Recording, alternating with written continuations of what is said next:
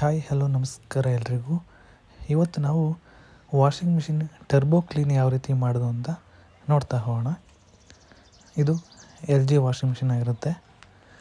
ಇದಕ್ಕೆ ಬೇಕಾಗಿರ್ತಕ್ಕಂಥ ಒಂದು ಡಿ ಸ್ಕೇಲ್ ಪೌಡ್ರ್ ನೀವು ತೊಗೊಳ್ಬೇಕಾಗುತ್ತೆ.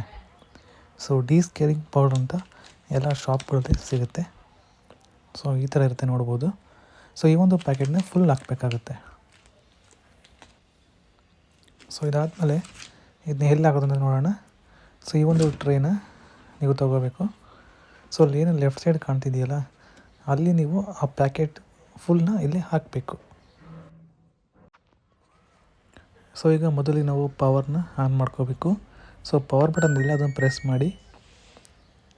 ಸೊ ಅದಾದಮೇಲೆ ಈ ಕಡೆ ಮಾನಿಟರ್ ತೋರಿಸ್ತಾ ಇದೆಯಲ್ಲ, ಸೊ ಟಬ್ ಕ್ಲೀನ್ ಅಂತ ಅದನ್ನು 3 ಸೆಕೆಂಡು ಪ್ರೆಸ್ ಮಾಡಿ ಇಟ್ಕೋಬೇಕು. ಸೊ ಅಲ್ಲಿ ಬರುತ್ತೆ ನೋಡಿ, ಟಬ್ ಕ್ಲೀನ್ ಅಂತ ಅಲ್ಲಿ ತೋರಿಸುತ್ತೆ. TCL ಅಂತ ಬಂದಿದೆಯಲ್ಲ, ಅದು ಟಬ್ ಕ್ಲೀನ್ ಅಂತ. ಸೊ ಈಗ ಅದನ್ನ ನೀವು ಓಕೆ ಪ್ಲೇ ಮಾಡಿ.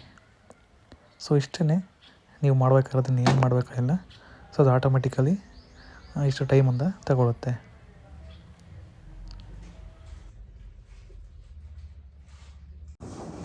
ಸೊ ವೈಸ್ ನೋಡಿ, ಈಗ ಸ್ಟಾರ್ಟ್ ಆಗಿದೆ. ಈ ರೀತಿ ಇಲ್ಲಿ ನೋಡಿ ಟಬ್ ಕ್ಲೀನ್ ಆಗ್ತಾಯಿದೆ.